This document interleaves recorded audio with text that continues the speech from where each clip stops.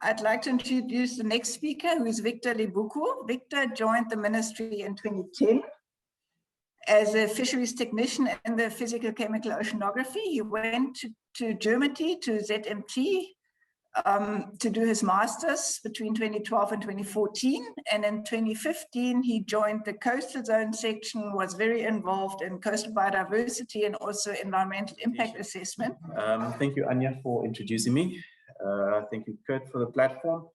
I'd like to say before I start that what I'm presenting here is my personal view and perception, and probably not the ministry's take on everything.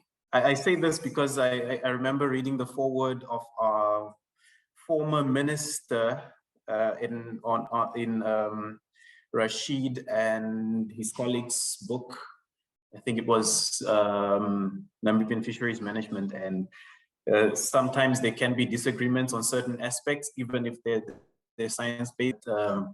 Yeah, I just want to clarify that for any future reference. So then that is the title of my presentation. I tried to keep it broad, but it is more towards fisheries management or ocean management rather. But most of my content is sort of geared in the direction of fisheries management, because this is where the country is at the moment. Where it's going to, as you've seen with Anya's presentation, it's going to, with time, start, or it has already started changing towards holistic ocean governance and management. I will give you a brief introduction, and then it will sort of fade into a brief history, and then where we are at the moment, so the present, and then an outlook into the future. I might not necessarily cover all aspects that others have covered in this topic. I have realized that it has been widely looked into. Probably should be a topic that is continuously looked at as things change with time. But that is the outline of my presentation. Now, I'd like to start off my presentation with looking at the history of human migration. If we look at the start of human history around in Africa, around about 200,000 years ago, and how we then move around the world. If you actually follow it, how humans move around the world, they more or less move with water or close to water, or in this case, next to the oceans. And this actually makes one understand that human beings and the oceans or the waters have had a long history. And for the longest time, humans have depended on oceans. In most aspects, human beings have actually created cultures around oceans, mythologies and religions around oceans, because they have this long history with the oceans. If one looks at, for example, the oldest port here is about 5,000 years old in Byblos.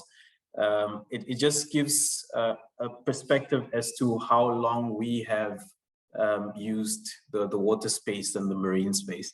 However, that in mind, and you look at the Namibian history, which one would expect that Namibia being somewhere around here and being very close to the cradle of mankind, that we would probably have one of the longest histories with the ocean. It doesn't seem to be the case, and it's probably because of Namibia's unique stance. We have this ocean sand sea that is bordering the ocean, and this sort of creates a very difficult place for humans to inhabit for the longest time. I think human beings, even though we've had, even in Namibia, we've had evidence of humans being living at the coast, and there's been, water sources. There's a number of oases that are found in the Namib. There hasn't been really an ocean culture that was developed from the human existence around the coast, mainly because the desert is quite harsh and unforgiving.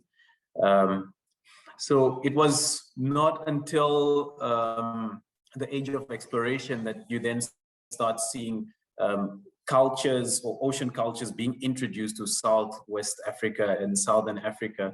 And the earliest records we have for Namibia would then be around Cape Cross with Diogo Cao, and then around Lodretz with Bartholomew Diaz, where we then see this introduction of ocean culture or marine culture.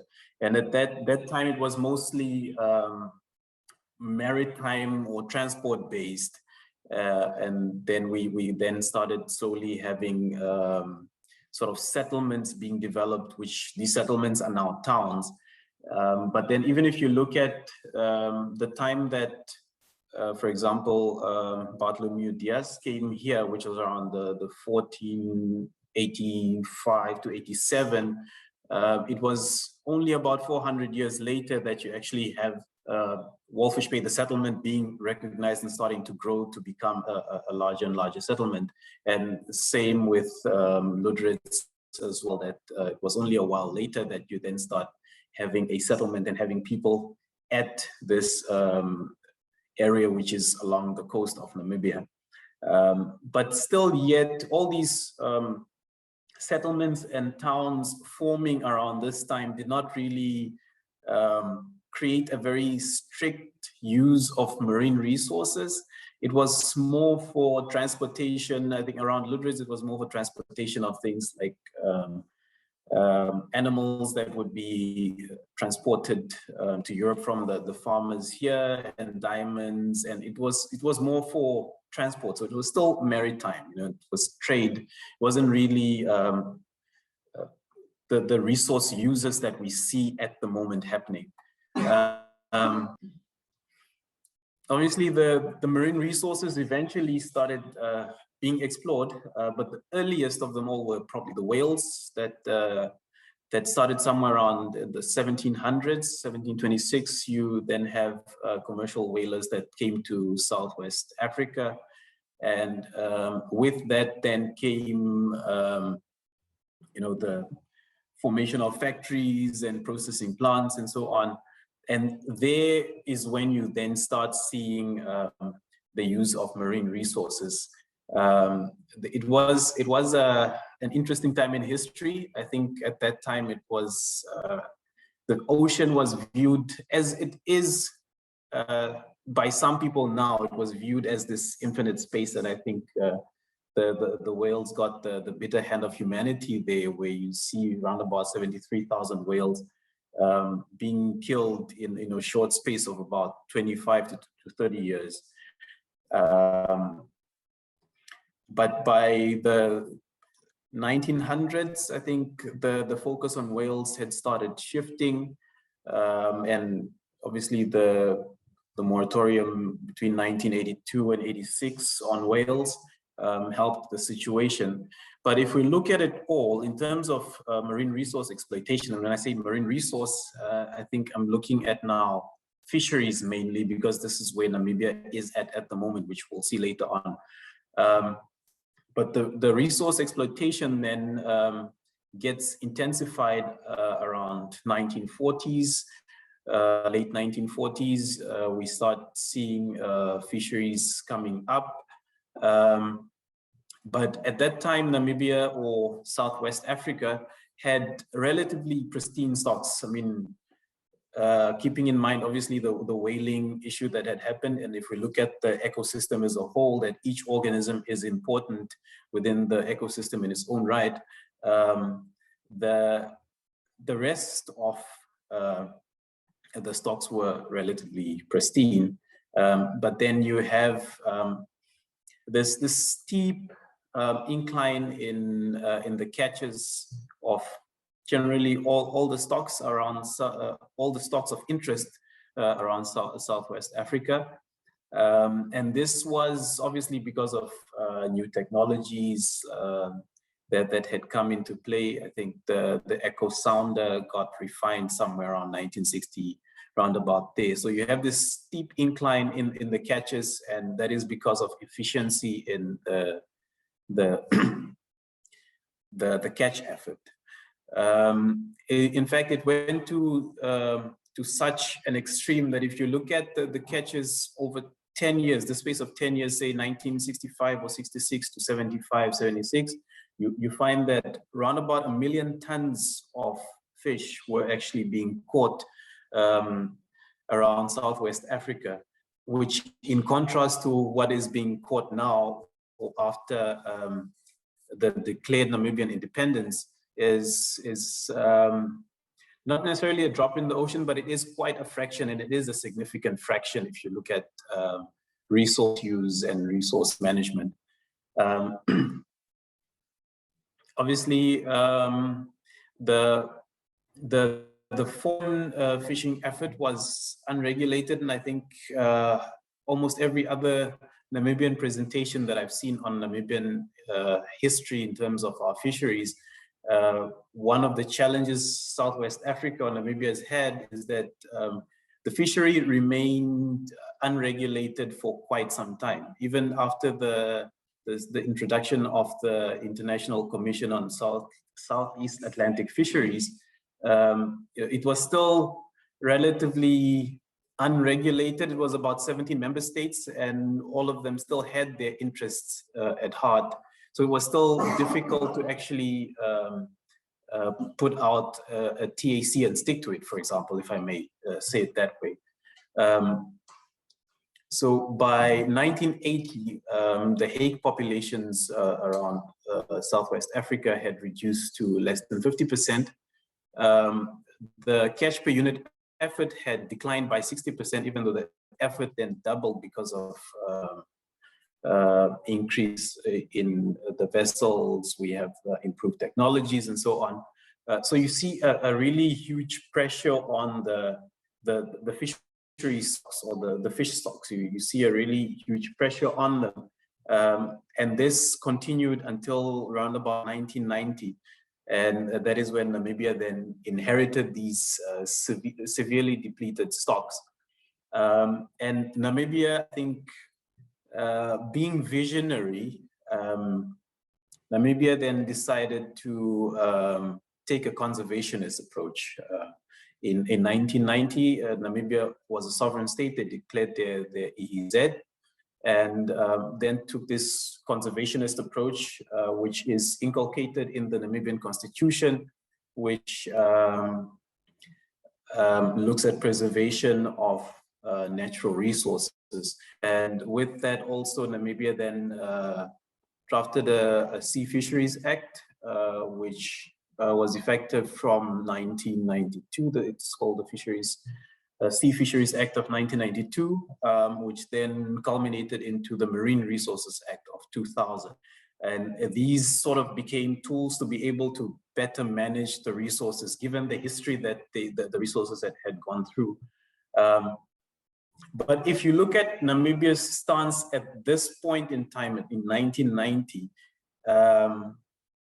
Namibia had just sort of gotten a whole new leadership, and they were basically given a country and say, okay, here's your country, take care of it. But they had not taken care of it before. And in addition to that, Namibia did not really have the money to then take over a whole fishing industry. So this lack of capital then led Namibia to take an approach where the industry was supposed to be grown based on exports, that they would start by exporting their fisheries product, but over time, this income from exports will grow a local economy, which would then over time be self-sustaining, in that the consumers would be local and the fishing would be local. As to how that is going at the moment, I cannot fully comment. But obviously, there was a vision, which was to then grow an industry which would be fully localized at a certain stage, but start off by exporting. So Namibia then had to call in most of the players that were already within the industry at that time, and they would be the ones then to continue within the fishing industry. But then in addition to that, because Namibia had this vision in mind to sort of Namibianize the industry over time, they then came up with the Namibianization policy to facilitate the involvement of Namibians in terms of not only fishing, but also products, products and the lot. And already in 1991, Namibia had, what is the word that we use? Namibia then formulated the Act, which is the National Fishing Corporation Act of Namibia in 1991, which was to allow this sort of Namibianization and also to allow the industry to flourish over time. That is obviously still an ongoing step. There are several Namibian-owned companies at the moment. This Namibianization policy, to a certain extent, has, however, there are challenges that that are faced, and if you look at it, it is because of the history.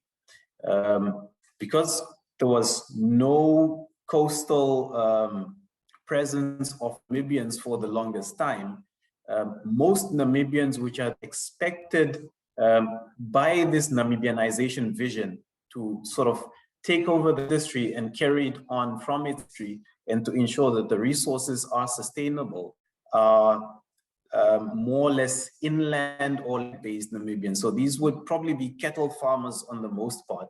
And now they have to then take over things that they're not necessarily well acquainted with. So in this sense, you start getting certain challenges where the entrance of Namibians into such an industry is looking at the fact that you are taking over an industry that is based on the environment. And in that sense, the environment should be managed with what your economy is going to benefit from it.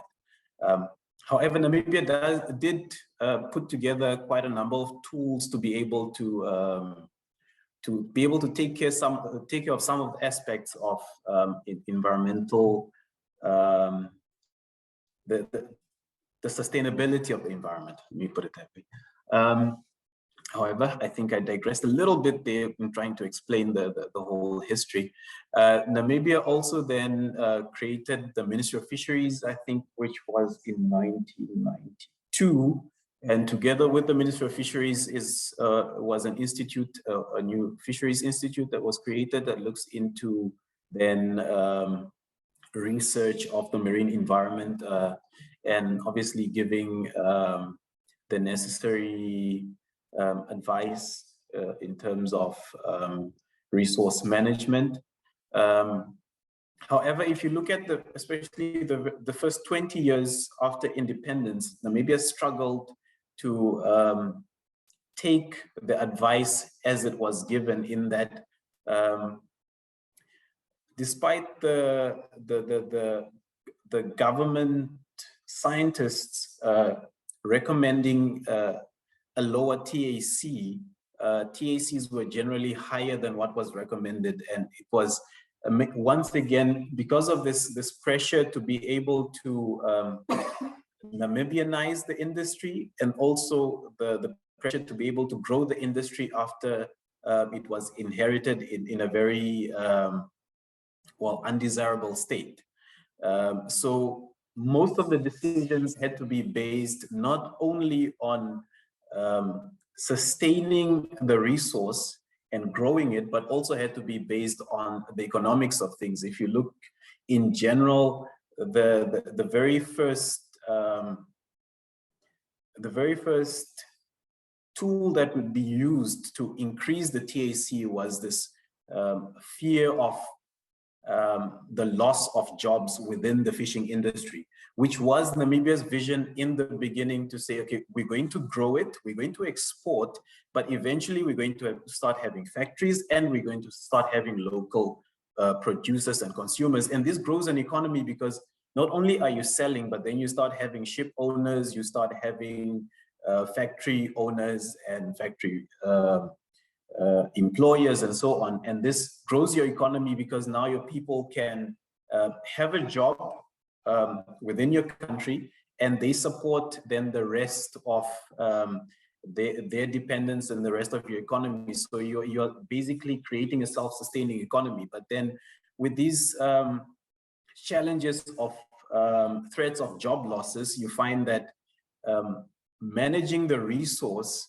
to try and get it back to some sort of sustainable state became difficult because job losses were used as a way to get higher TACs, and higher TACs would then mean that your resource is being mismanaged. But obviously, over time, I think lessons were learned. We start seeing the introduction of the hake management plan, which sought to restore the hake stocks at least to the 1990 levels. I think the argument has been in different spaces. The argument has been that it would be difficult to get us anywhere close to the 1960s. And with some of the other stocks, it took some time, I guess, to learn some lessons from that. But then we also saw the pilchard moratorium being imposed in 2018, and that was supposed to be for 3 years.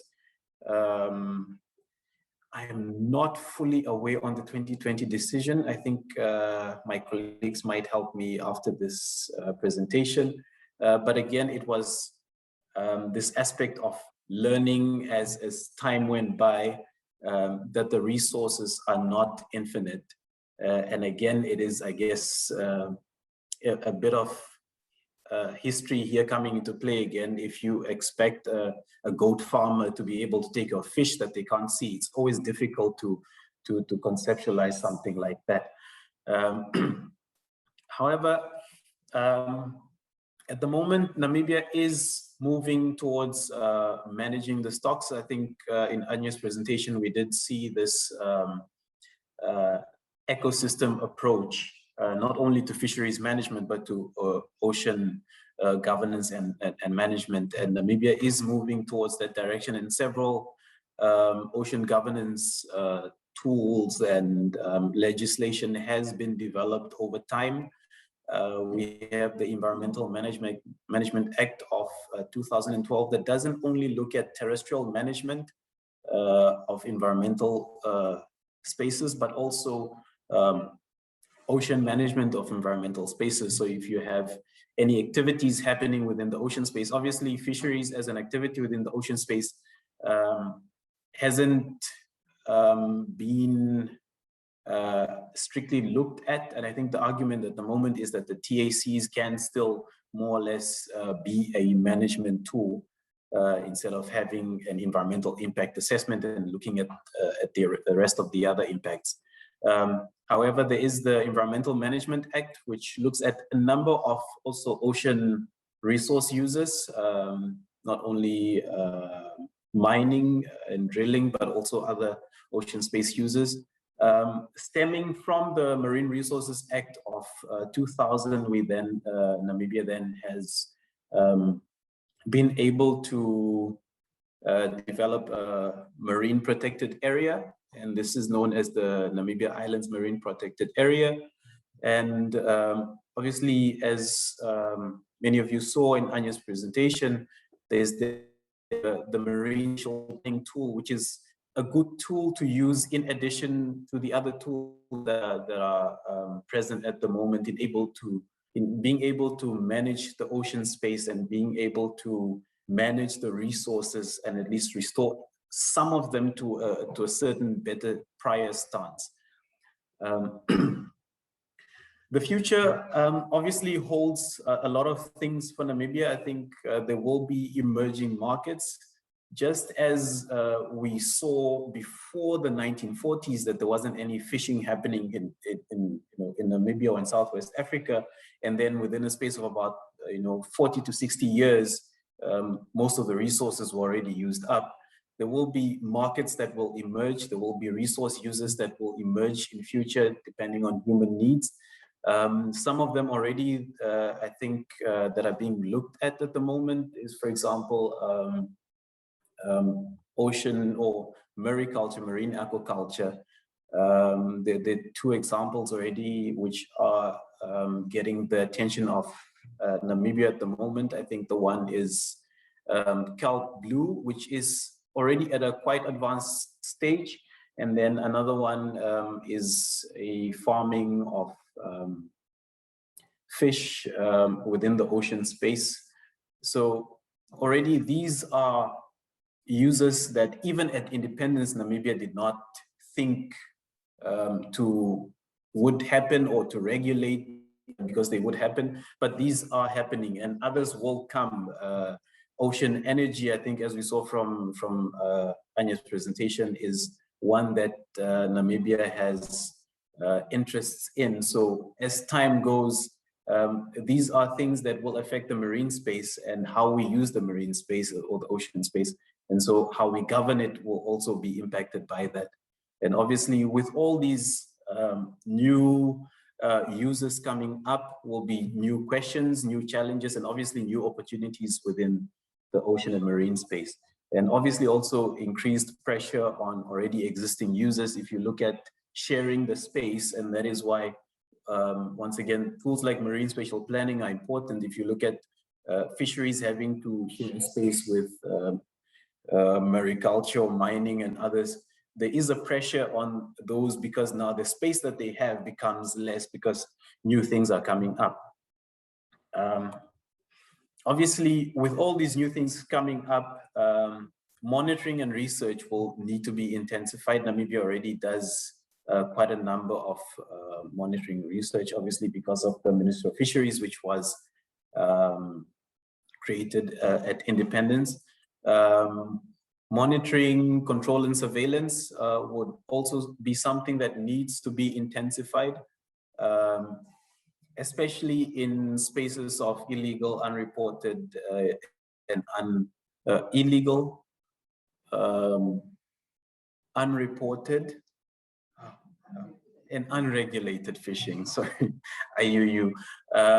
So in those spaces, I think surveillance would need to be intensified. And I think in my perspective, or from my perspective, there needs to be a formalized stakeholder education.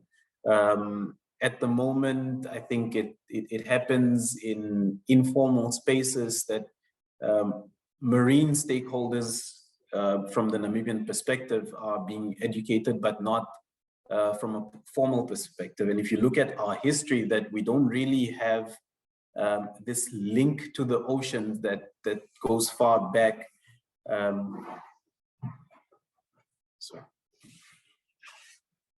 We don't have this history that goes far back. We as Namibians would need to be well educated on the ocean, because as Baba Dioum once said, he said, in the end, we conserve what we love, and we love only what we can understand.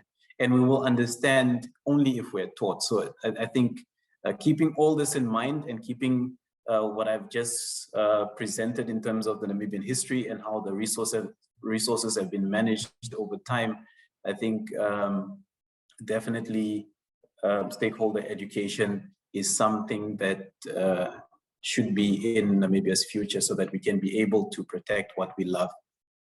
Thank you. I think that is the end of my long presentation. Thank you, Victor. And I really love your last quote, because that to me is also always, we can only protect, or will only fight to protect what we love. And you should have spoken to the high-level panel, because they did not prioritize ocean literacy. It is actually one of the themes, but Namibia did not prioritize that one. So they obviously feel different about that. They need to be educated. They need to be educated about that, yeah. Are there any questions from the floor? We both still here. Well, thank you both for very nice and interesting talks. I feel we had now 6 presentations with basic research, right? And now we get the kind of a reason why we do that. No? We'd like to help understand the ecosystem. And it's always important to put your own kind of work that you do, whoever you are, chemists, physicists, biologists, into this larger perspective. However, I would like to also be a little critical. And Victor, you got around, but you actually formulated a question or a comment that demands a question about the stakeholders. You said about where the industry will be going, I don't want to comment on that. Why not? Why don't you comment on, is the industry really understanding what an ecosystem approach is, and are they following it?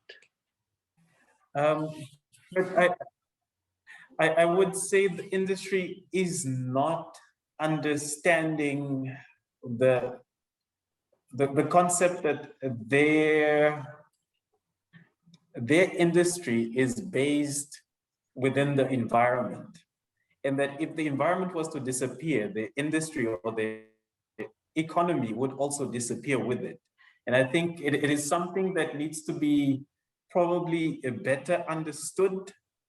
But then again, I wouldn't want to say just off the bat that they don't understand. I don't think I've spoken to all of them, because at the end of the day, I think we have that dilemma in fisheries or any other resource use, that we all want to get the best out of the environment, or get whatever the environment can offer until the very last available resource, and then we move on to the next thing. Right? It's just not the correct term that we normally use for that, but it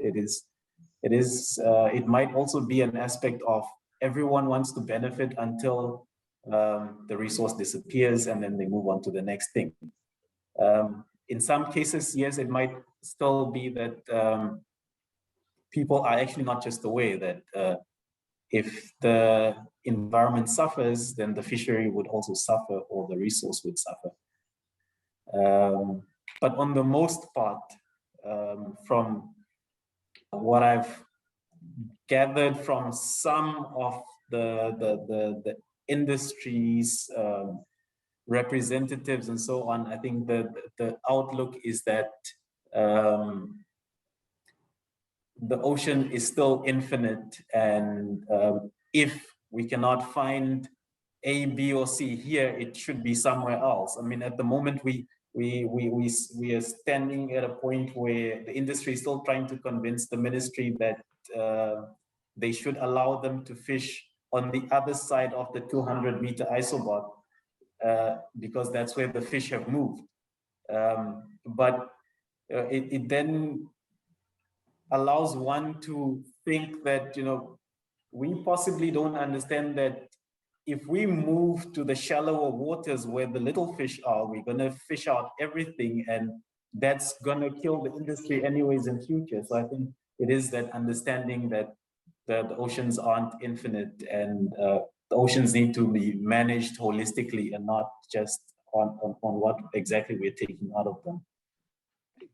Are there any, maybe I see Bo is on, maybe you can enlighten us on the future of the Pilchard moratorium, because I had a talk with an industry member actually this Saturday, and he asked me who advised on ending the Pilchard moratorium. I said, well, nobody advised it. And he said, well, it would be the wrongest thing, even though I'm in that industry. So some obviously do understand. Mm-hmm. But I would also be interested from Bo, what is actually the latest? Or is there any news, put it that way? Thank you, Anya. Good afternoon. The moratorium remains in place. Last year was the end of the moratorium, but unfortunately, because of the challenges we had with the new normal and all other logistical challenges of manning of the vessel, we were not able to obtain new information to review the status of the small pelagics at this point. We're hoping to have a survey this year that will give us a better indication on the status of the resource, and hopefully recommend on or update the status of the moratorium. that's where we are now. Yeah, that's basically it. With regard to who should advise, you want me to comment on that as well, Anya? Yes, you're welcome to comment. I think we advise on a moratorium. We are very much guided by our understanding of the status of the resource, that's how we came to the moratorium. The advice on the moratorium on small pelagics has been an advice from our trust for quite a long time. This was the second time it was enforced in a period of about 20 years. So it's nothing new from our side in terms of understanding the status of the resource or the impact to the ecosystem at large. But of course, we have a management system that basically change every year, or not every year, but every 5 years. And that also adds a new dynamics to the whole management of resources in general, or the ecosystem as a whole. And we had already 3 changes, 2 changes now in the management of the ministry in the last, whatever, 3-4 years. So I guess that also introduces another dynamics. So with those challenges, the management of resources would always be complicated, and we will have to keep our feet down in changes of approaches also over time. I mean, the industry is also not united on this. As I said, some say, you know, it should not be lifted because they know there's nothing, while others want to fill their pockets now before they retire. Yeah, I think the industry response is always biased towards what fishery or what they're doing in the ocean, and they always advocate for what suits their interest.